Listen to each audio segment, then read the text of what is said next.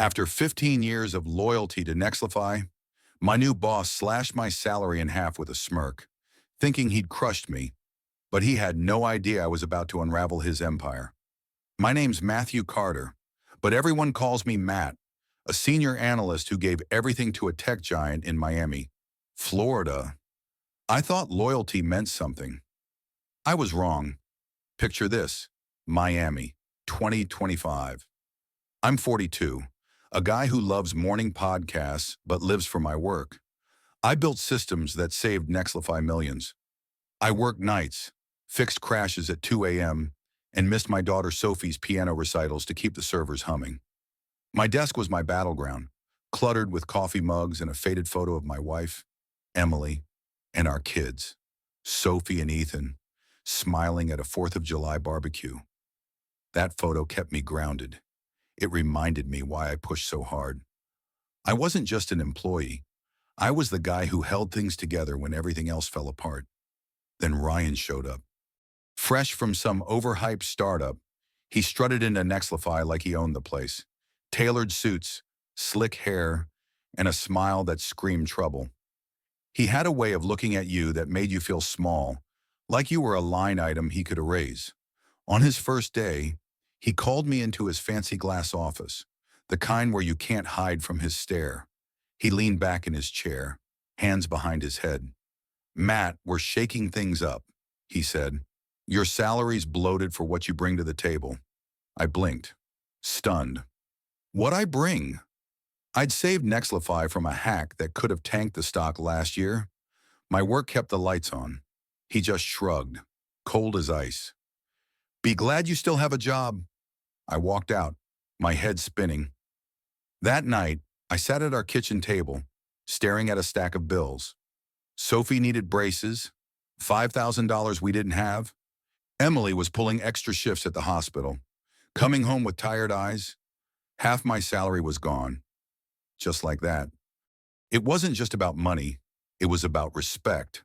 15 years of grinding, and Ryan thought he could toss me aside like yesterday's news. I felt the anger rising, but I pushed it down. I wasn't raised to quit.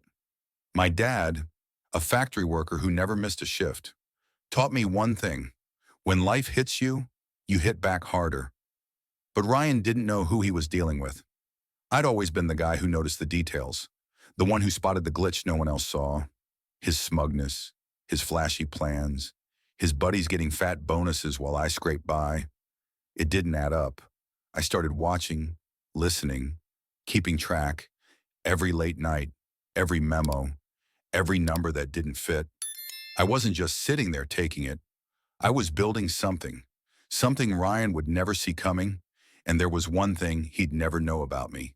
In my garage, under the glow of a single bulb, I'd been working on a side project for years, a little app called Data Deck that was starting to turn heads.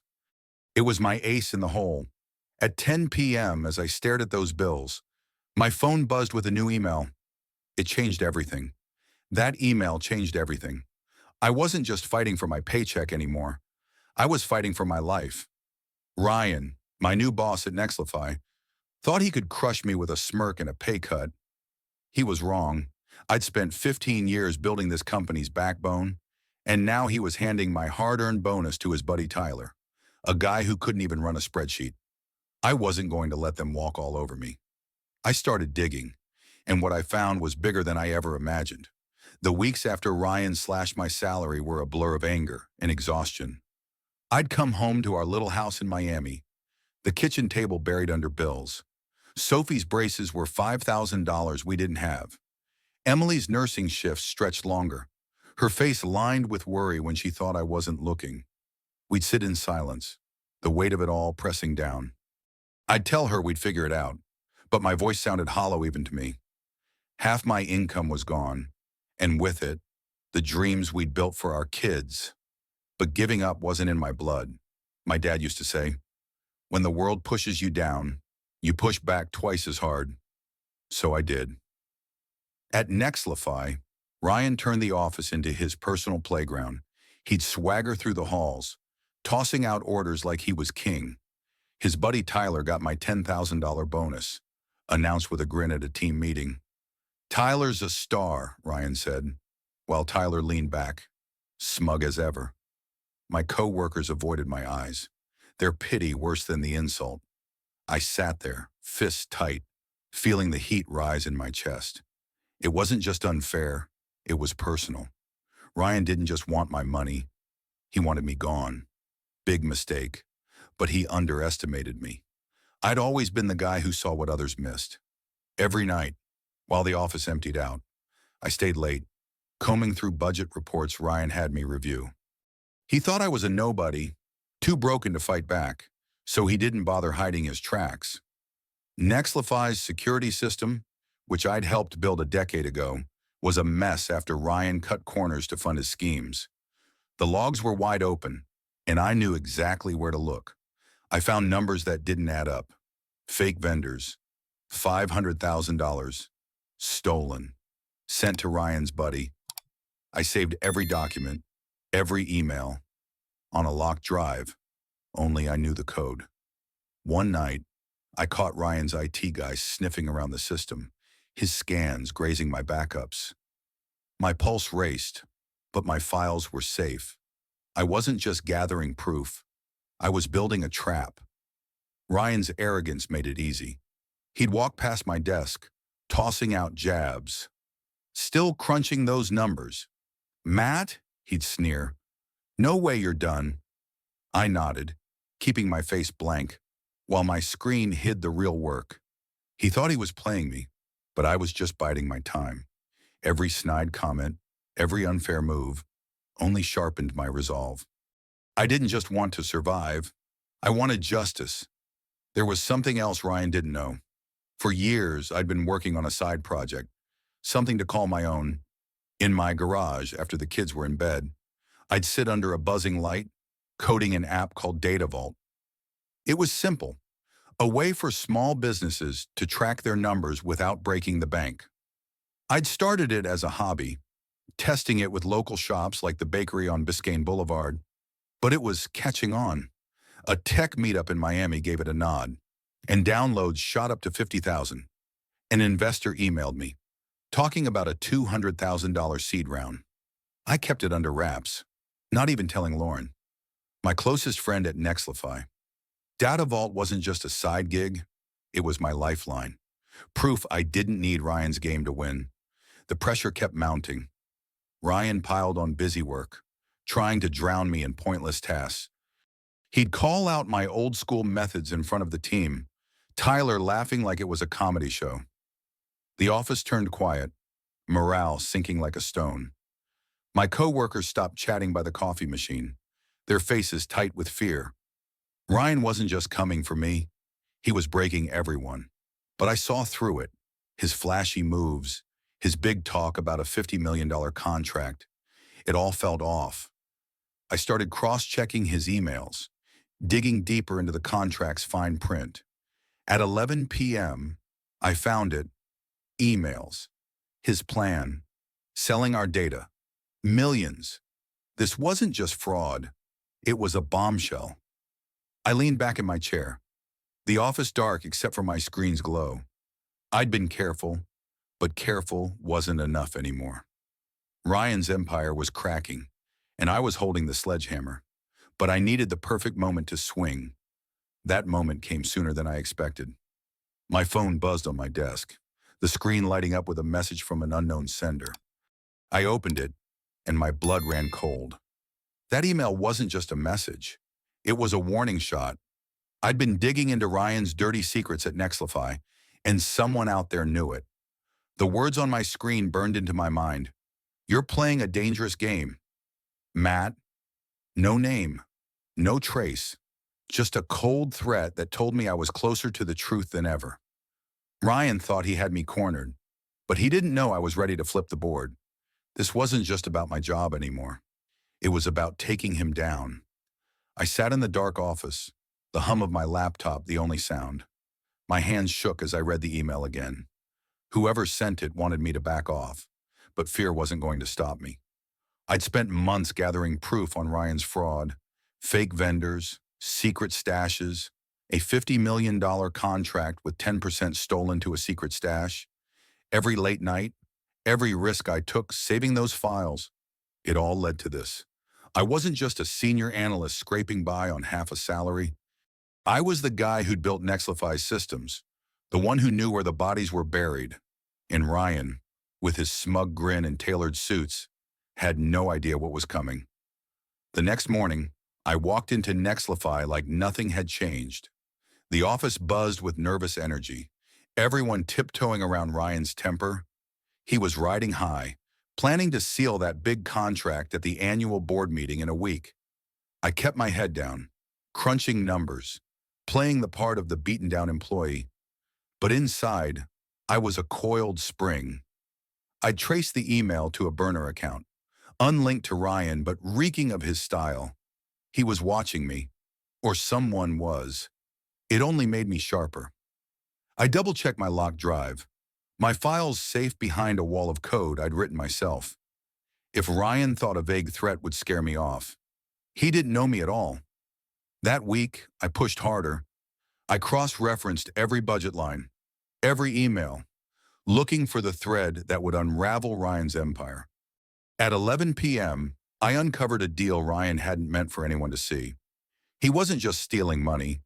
He was planning to sell Nexlify's client data, sensitive records worth millions, to a shady overseas buyer. The email from the unknown sender suddenly made sense. This wasn't just fraud, it was betrayal on a scale that could sink the company. I saved the proof, my heart racing. This was the kind of evidence that didn't just end careers, it ended freedom. But I had to be smart. Ryan wasn't alone. His buddy Tyler, who'd pocketed my $10,000 bonus, was in deep, his name tied to the fake vendor payments. I watched him in the office, laughing too loud, glancing at Ryan like a nervous kid. He knew something, and I needed to know how much. I started dropping hints, casual questions about the contract over coffee. Tyler's eyes darted away, his answers short. He was scared, and scared people make mistakes. I kept the pressure on, knowing he'd crack if I pushed just right. Meanwhile, my side project, Data Vault, was picking up steam. Downloads hit 60,000 after a tech blog mentioned it. My investor was ready to wire $200,000, enough to hire a small team. I worked on it in my garage, the kids asleep, Emily leaving me coffee before her night shift. Data Vault wasn't just a backup plan anymore. It was proof I could build something without Nexlify, without Ryan, but I kept it quiet. Lauren, my work friend, asked why I looked so focused. I just smiled. The less anyone knew, the better. The board meeting loomed closer, and Ryan was in overdrive. He announced raises for his inner circle, leaving the rest of us out. Big wins call for big rewards, he said at a team huddle, his eyes sliding past me. I clenched my jaw, feeling the weight of my proof. He thought he was untouchable, but I was about to change that. I requested a slot to speak at the meeting, claiming I had budget insights. Ryan laughed when he saw my name on the agenda. "Matt's got something to say," he said to Tyler, loud enough for everyone to hear. Let him have his moment. His arrogance was my opening. Every night, I rehearsed what I'd say. I pictured the boardroom, the execs in their suits, the investors watching. I'd have one shot to lay it all bare.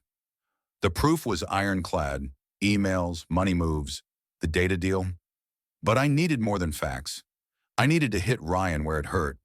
I spent hours crafting my presentation, each slide a dagger. I wasn't just going to expose him. I was going to bury him. The night before the meeting, I couldn't sleep. I sat in my garage, staring at Data Vault's code, the app that kept me sane. Emily found me there, her hand on my shoulder. "You're doing the right thing," she said, her voice steady.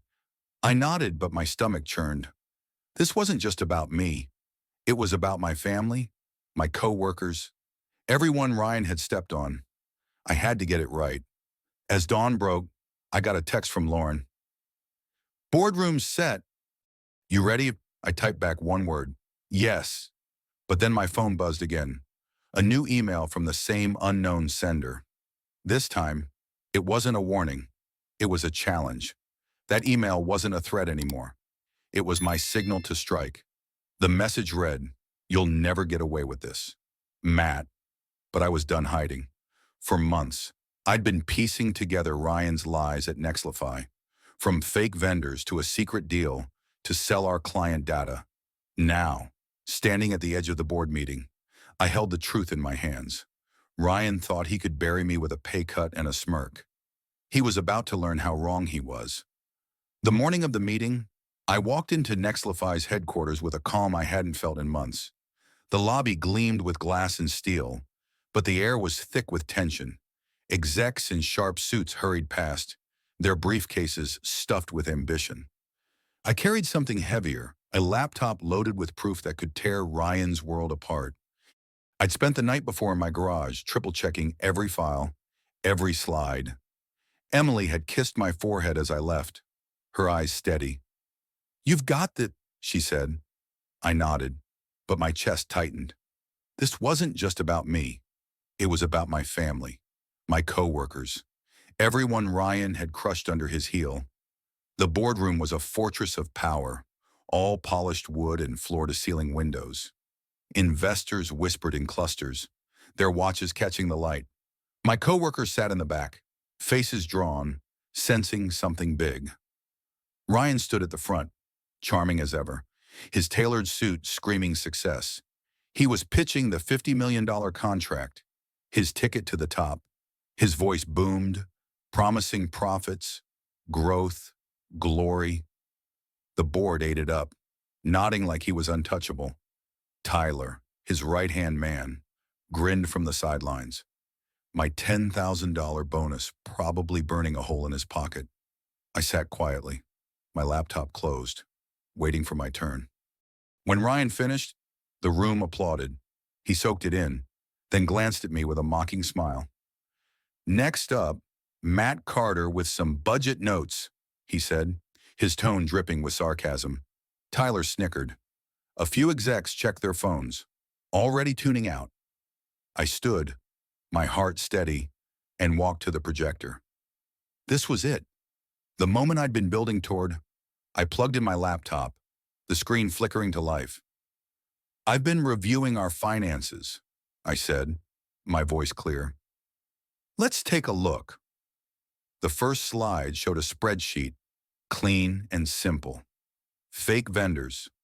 $500,000. Stolen. Sent to Ryan's buddy. Murmurs rippled through the room. Ryan's smile faltered, but he stayed cool. I clicked to the next slide. Money moves. Emails with his name. The murmurs grew louder. "This is $2 million. Stolen from Nexlify," I said. My eyes locked with the board. The final slide hit hard. Emails. His plan. Selling our data. Millions. The room went silent. Ryan's face paled. He pointed at me, his voice rising. "You're making this up. This is a setup." I held his gaze, unflinching. "The proof doesn't lie. Ryan, you do." Margaret, the board chair, stood, her presence commanding. "Ryan, sit down. Now!" He froze, then sank into his chair, his face pale. Margaret turned to me, her eyes sharp. "Matt, go on." I laid it all out. The fake vendors, the secret stashes, the data deal that could have destroyed Nexlify. Every slide was a nail in Ryan's coffin. The board listened, their expressions shifting from shock to fury. Lauren gasped, her hand over her mouth. Tyler's hands shook. He bolted for the door.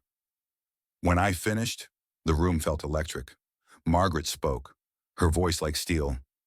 "We're launching an audit immediately. Matt, stay after." Ryan tried to speak, but she cut him off. "Not another word." As the meeting broke, chaos erupted. Investors huddled, phones buzzing. My coworkers stared at me, some in awe, some in disbelief. Ryan sat alone, his head in his hands, but the real shock was still coming.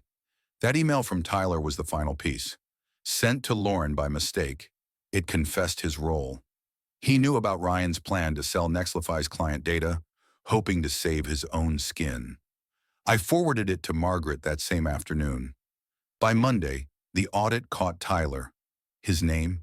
Tied to $500,000. All shady.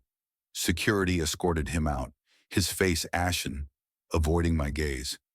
Tyler sent an email, begging for forgiveness. He'd learned his lesson. Too late. I stood in the office, the weight of my victory sinking in. This wasn't just about justice anymore. It was about rebuilding everything Ryan had tried to destroy.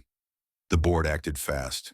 They cut ties with Ryan's allies, and the company's stock, after a brief dip, started climbing again. My salary was restored, with a 20% raise and a formal apology from the top. Lauren hugged me in the break room, her voice fierce. "You did it, Matt. You're a damn hero." I just smiled, but inside I knew this was only the start. The fallout didn't end with Ryan and Tyler. A week later, Ryan tried to hit back. I got an anonymous message. "You'll pay for this." It traced to a coffee shop in Miami, his last desperate swing. I'd already shared my proof with Lauren and the IT team, and when Ryan tried to hack into Nexlify's systems, my locked code stopped him cold. He was done. For good. The board introduced the Carter Rule, a policy mandating transparent budgets. Named after me, it wasn't just a win, it was a legacy. My coworkers, once silent, found their voices. Lauren pushed for fairer bonuses, clawing back $100,000 for the team.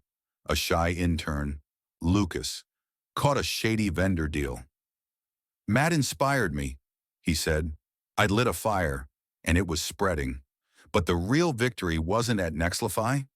It was at home. My side project, Data Vault, was soaring. With 70,000 downloads and a $200,000 investment, I hired a small team, working nights in my garage. Emily and I paid off Sophie's braces, cleared our hospital bills, and started a college fund for the kids.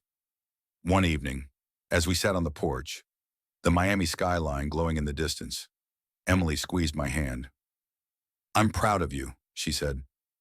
For the first time in months, I felt whole. Data Vault caught the eye of a major tech firm, with whispers of a partnership that could change everything. My fight's just begun. I wasn't just surviving. I was building something new. Nexlify promoted me to lead analyst, and I started mentoring younger staff, sharing what I'd learned. The office felt different now, alive with ideas, not fear. Last month, I stood on a stage at the company's annual gala, accepting an integrity award as my coworkers cheered. I looked out at their faces, at Emily and the kids in the front row, and realized I'd done more than take down a bad boss. I'd shown what's possible when you fight back. You don't just win, you build a new game.